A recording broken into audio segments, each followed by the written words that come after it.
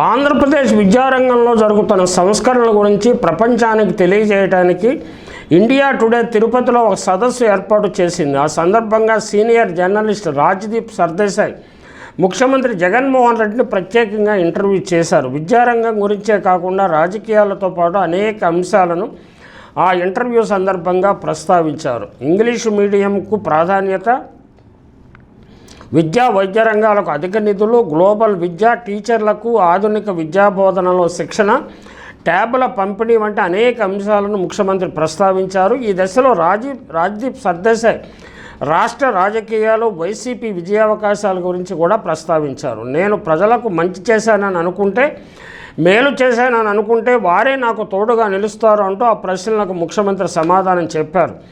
అయితే ఆంధ్రజ్యోతి పత్రిక ఈ వార్తను రిపోర్ట్ చేసిన తీరు, ఆ వార్తపై వ్యాఖ్యానించిన తీరు చూస్తుంటే తెలుగు జర్నలిజం ఇంత అధపాతాళానికి చేరిందా అన్న ఆశ్చర్యం కలుగుతుంది. ఆ పత్రిక ఏం రాసిందో ముందు చూద్దాం. వైనాట్ 175 అంటూ ఊరువాడ ఊదరగొడుతున్న ఏపీ సీఎం జగన్ తొలిసారిగా నిరాశాపూరితమైన స్వరం వినిపించారట. 56 నెలలుగా అధికారంలో ఉన్నాను, నేను బెటర్గానే చేశానని అనుకుంటున్నా, ఇలా ఎలాంటి విచారం లేదు, ఇప్పటికిప్పటికైనా సంతోషంగా దిగిపోతానని ఆయన వ్యాఖ్యానించారు. అంటే అది ఒక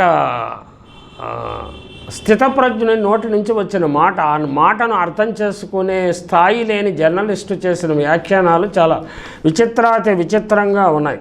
బుధవారం రెండో రోజు జరిగిన ఎడ్యుకేషన్ సమ్మిట్లో సీఎం పాల్గొన్నారు. సీనియర్ జర్నలిస్ట్ రాజీవ్ సర్దేశాయ్ ఈ కార్యక్రమాన్ని నిర్వహించారు.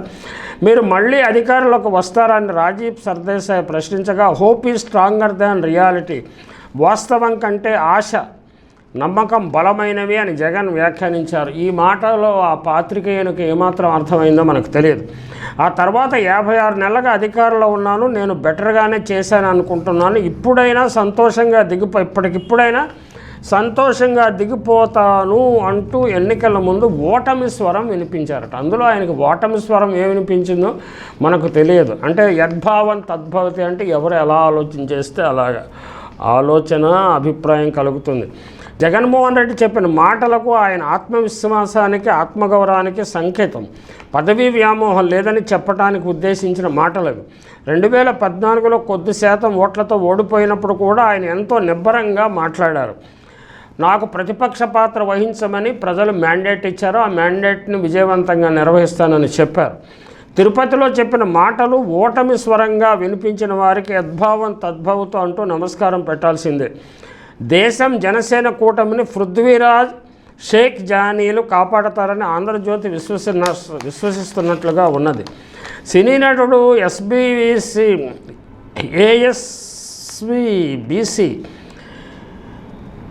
మాజీ చైర్మన్ పృథ్వీరాజ్, సినీ దర్శకుడు షేక్ జానీ మాస్టర్ బుధవారం జనసేన పార్టీలో చేరారు. మంగళగిరిలోని పార్టీ కేంద్ర కార్యాలయంలో జనసేన పార్టీ అధ్యక్షుడు పవన్ కళ్యాణ్ వారికి కండువాలు కప్పి పార్టీలోకి సాదరంగా ఆహ్వానించారు. ఎన్నికలు సమీపిస్తున్న తరుణంలో పార్టీ గెలుపు కోసం కృషి చేయాలని, పార్టీ విధానాలను, సిద్ధాంతాలను ప్రజల్లోకి బలంగా తీసుకువెళ్లాలని ఈ సందర్భంగా వారికి పవన్ కళ్యాణ్ సూచించారు. ఖచ్చితంగా ఆ పని పృథ్వీరాజ్ సమర్థంగా చేయగలుగుతాడు. అంతే, ఆయనకు వెటకారము, అబద్ధాలు చెప్పే నైజము జోరుగా ఉండటం వల్ల ఆయన ఏదైనా మాట్లాడి ప్రజలను నప్పించడానికి ప్రయత్నం చేస్తారు. అయితే క్రెడిబిలిటీ అనేదానికి చాలా కీలకమైంది. పృథ్వీరాజ్ గారికి క్రెడిబిలిటీ గురించి ఏమాత్రం తెలుసో తెలియదో నాకు తెలియదు, కానీ క్రెడిబిలిటీ లేని వ్యక్తులు నిజాలు మాట్లాడినా ప్రజలు నమ్మరు, క్రెడిబిలిటీ ఉన్న వ్యక్తులు అబద్ధాలు చెప్పినా నమ్ముతారు. అది రాజకీయ వాస్తవం. కాబట్టి పృథ్వీరాజు, జానీ మాస్టర్, పవన్ కళ్యాణ్కి ఏమాత్రం పనికి వస్తారో ప్రచారంలో. ఇప్పుడు ఆల్రెడీ షర్మిల ప్రచారం చేస్తున్నది అనే ప్రజలకు చాలా వినోదం కూడా కల్పిస్తున్నారు. ఇప్పుడు వారి జాబితాలో పృథ్వీరాజ్, జానీ మాస్టర్ కూడా చేరుతారు. ఖచ్చితంగా ప్రజలకు కావాల్సినంత వినోదాన్ని పంచుతారు.